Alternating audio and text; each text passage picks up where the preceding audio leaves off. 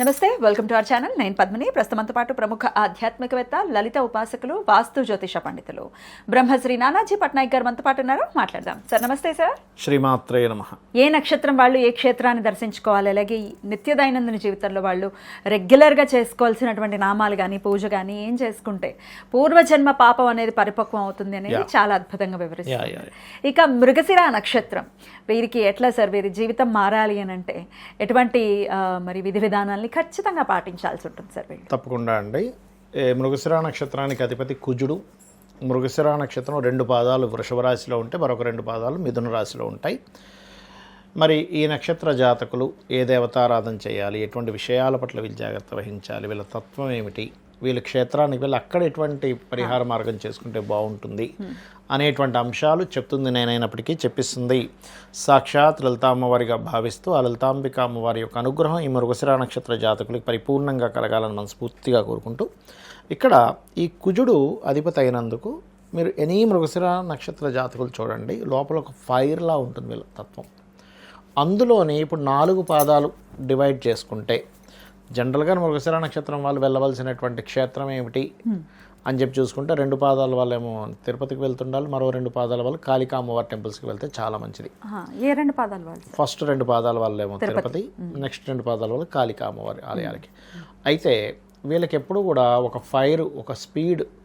అయితే అందులో 1-2 పాదాల వాళ్ళకి ఎక్కువగా కోరికలు ఎక్కువగా ఉంటాయి, డిజైర్స్ ఎక్కువగా ఉంటాయి. 3-4 పాదాల వాళ్ళు ఏంటంటే అందులో 1వ పాదం వాళ్ళు కోరికతో పాటు అడ్మినిస్ట్రేషన్ తత్వాలు ఎక్కువగా ఉంటాయి.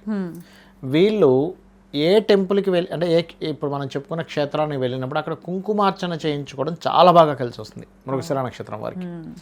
అందులో 1వ పాదం వాళ్ళు కుంకుమ నీటిని గనక అక్కడ క్షేత్రానికి వెళ్ళి అక్కడ సూర్యభగవానుడు కనుక అర్ఘ్యం వదిలితే 1వ పాదం వారికి బాగా కలిసి వస్తుంది. 2వ పాదం వారికి బిల్వపత్రము లేదా తులసి నీళ్ళతో అభిషేకం కనుక చేసినట్లయితే ఖచ్చితంగా బాగుంటుంది. అదేవిధంగా 2వ పాదం వారు క్షేత్రాలకు వెళ్ళి అక్కడ ఏదైనా దానం ఇవ్వాలి, గుర్తుపెట్టుకోండి 2వ పాదం వారు. 3వ పాదం వారు అక్కడికి వెళ్ళి ఏదైనా రెగ్యులర్గా వింటూ ఉండడం చేస్తూ ఉండాలి, అమ్మవారికి సంబంధించింది కావచ్చు ఏదైనా కానీ. అయితే వీళ్ళందరూ కూడా ఇందులో ముఖ్యంగా 3-4 పాదాల వాళ్ళు అమ్మవారికి సంబంధించింది వింటే చాలా మంచిది. 1-2 పాదాల వాళ్ళు విష్ణువుకి సంబంధించింది వింటే చాలా మంచిది వీరికి. ఏది మనం ఇందాక చెప్పుకున్నట్టు 1-2 పాదాల వాళ్ళేమో తిరుపతి అనుకుందాం, విష్ణు వెంకటేశ్వర స్వామి క్షేత్రాలు. 3-4 పాదాల వాళ్ళేమో కాళికా అమ్మవారి, మన కలకటా కాళీ ఉంది, చాలా బాగా కలిసి వస్తుంది. అంత దూరం లేని ఇక్కడ మామూలుగా ఇప్పుడు అంత దూరం వెళ్ళలేము అని అనుకుంటే దగ్గరలో ఉండే కాళికా అమ్మవారి ఆలయానికి వెళ్ళవచ్చు.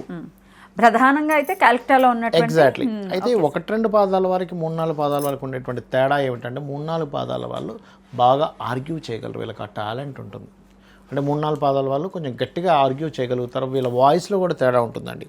మీరు 4 మనుషులను తీసుకొచ్చి 1-2-3-4 పాదాల వాళ్ళు తీసుకొస్తే 3-4 పాదాల వాళ్ళ యొక్క వాయిస్లో స్ట్రాంగ్నెస్ ఎక్కువగా ఉంటుంది. మీరు గమనించండి కావాలంటే. ఇప్పుడు 1-2 పాదాల వాళ్ళకంటే కూడా 3-4 పాదాల వాళ్ళ యొక్క మదర్ వెరీ స్ట్రాంగ్గా ఉంటుంది, అర్థమైందండి. అట్లాగే 1-2 పాదాల వాళ్ళ యొక్క సిబ్లింగ్ కొంచెం కంఫర్ట్ లెవెల్స్లో ఉంటే 3-4 పాదాల వాళ్ళ యొక్క సిబ్లింగ్స్ కూడా కొంత స్ట్రెస్ ఎక్కువ చూస్తూ ఉంటారు. ఓకే, ఇది పర్టికులర్గా 1-2-3-4 పాదాలకు ఉండేటువంటి తేడా. అయితే ఇందులో 1వ పాదం చాలా అడ్మినిస్ట్రేషన్ క్వాలిటీస్ చాలా ఎక్కువగా ఉంటాయి, చాలా టెంపర్గా ఉంటారు, నాకు ఇది అవ్వాలని పట్టుదల చాలా ఎక్కువగా ఉంటుంది. వీరు ఎంత సూర్య నమస్కారాలు చేస్తూ ఉంటే దానివల్ల వచ్చే నెగిటివ్స్ తగ్గుతాయి. ఇప్పుడు ఎలా ఉంటుందంటే నడిచినంత కాలం బాగుంటుంది, మనం హైపర్గా ఉన్నప్పుడు. మనకి టైం బాగాలేనప్పుడు ఆ హైపరే ఏందా ఇట్లా నడుస్తున్నాడు తీసేయండి అంట. సో నడిచినంతకాలం చాలా బాగుంటుంది అది.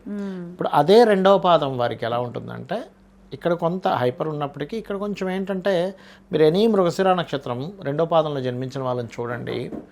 పురుషులైతేనేమో ఇంట్లో ఉండే మదర్కి హెల్ప్ చేద్దామని చూస్తుంటారు. స్త్రీలు కనుక జన్మించారు మృగశిర 2వ పాదంలో ఖచ్చితంగా ఇంట్లో ఏంటంటే నేను బుల్లెట్, ఇప్పుడు బైక్ కొనుక్కోమ్మానంటే నేను బుల్లెట్ కొనుక్కుంటాడు, అమ్మాయి బైక్ కొనుక్కుంటాడు, షర్ట్ ప్యాంట్ వేసుకుంటాడు. అంటే ఆ స్త్రీలకు ఆ తత్వం ఇస్తాడు అక్కడ 2వ పాదం దగ్గరికి వచ్చేసరికి. 3వ పాదం లగ్జరీ లైఫ్ బాగా ఇష్టపడతారు. 4వ పాదం వాళ్ళు కొంచెం లైఫ్లో చాలా హర్డిల్స్ కూడా చూస్తారు. బట్ వాళ్ళకి 4th హౌస్ కనుక బాగున్నట్లయితే ల్యాండ్స్ మీద కూడా కలిసి వస్తుంది 4వ పాదం వారికి. బట్ కొంచెం ఎక్కువ హర్డిల్స్ చూస్తారు 4వ పాదం వారికి.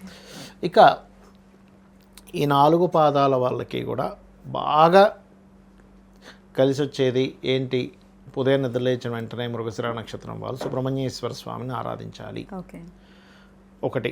రెండవది ఏమిటి అంటే ఇక్కడ ఈ 4 పాదాల వాళ్ళకి కూడా కుంకుమ అర్చన అనేటువంటిది కంపల్సరీ పెట్టుకోవాలి. ఇంట్లో కూడా అమ్మవారిది ఏదైనా చేస్తున్నారు కుంకుమ అర్చన చేయడం. ఏమంటే మరి వెంకటేశ్వర స్వామి ఆలయానికి వెళ్తుంటే వెంకటేశ్వర స్వామి పాదాల మీద చేసుకోవచ్చు కుంకుమ అర్చన అనేటువంటిది, అవి చేసుకోవచ్చు.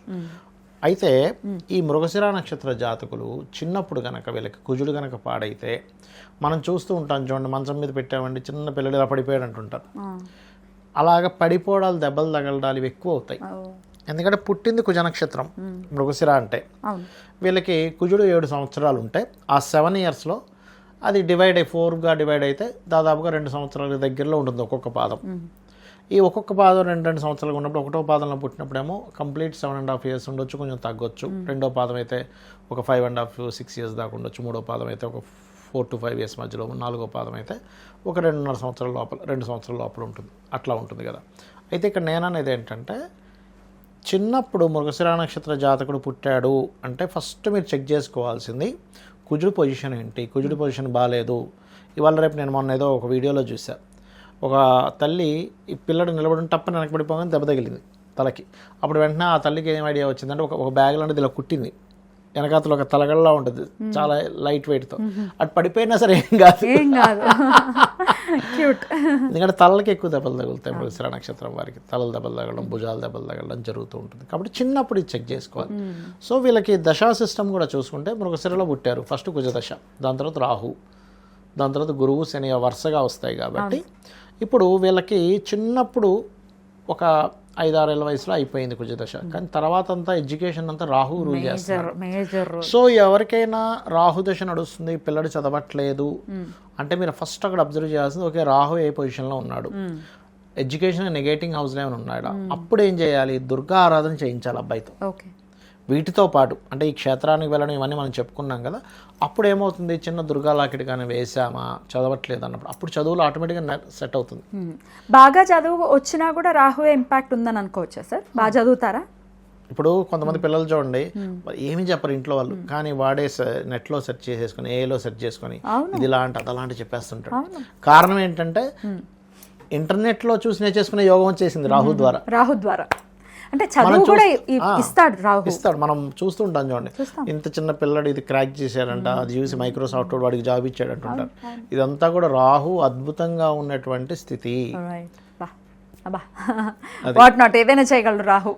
సో వీళ్ళకైతే మేజర్ రోల్ ని ప్లే అంతా రాహువే కదండి వెళ్తుంది. రాజకీయ నాయకులకి రాహు అయిపోయాడు. ఎందుకంటే ఇప్పుడు ఒక సిస్టమ్ అంటే ఒక సోషల్ మీడియా కనుక తలుచుకుంటే రాజును మార్చేయగలుగుతారు ఖచ్చితంగా.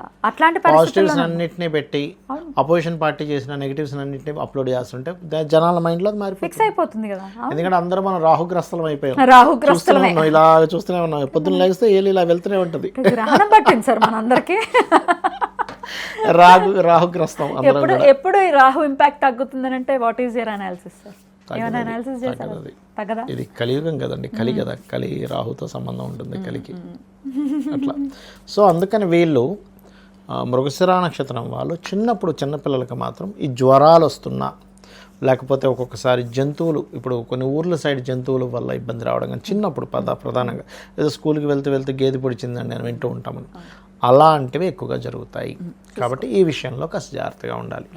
బ్యూటిఫుల్ సార్, చాలా అద్భుతంగా తెలియజేశారు. ఖచ్చితంగా మృగశిర నక్షత్రం వాళ్ళకి ఇది చాలా బాగా ఉపయోగపడుతుంది. కృతజ్ఞతలు సార్. ఇక నెక్స్ట్ వీడియోలో ఆరుద్ర నక్షత్రం గురించి తెలుసుకుందాం. Thank you sir. నమస్తే. శ్రీమాత్రే నమః.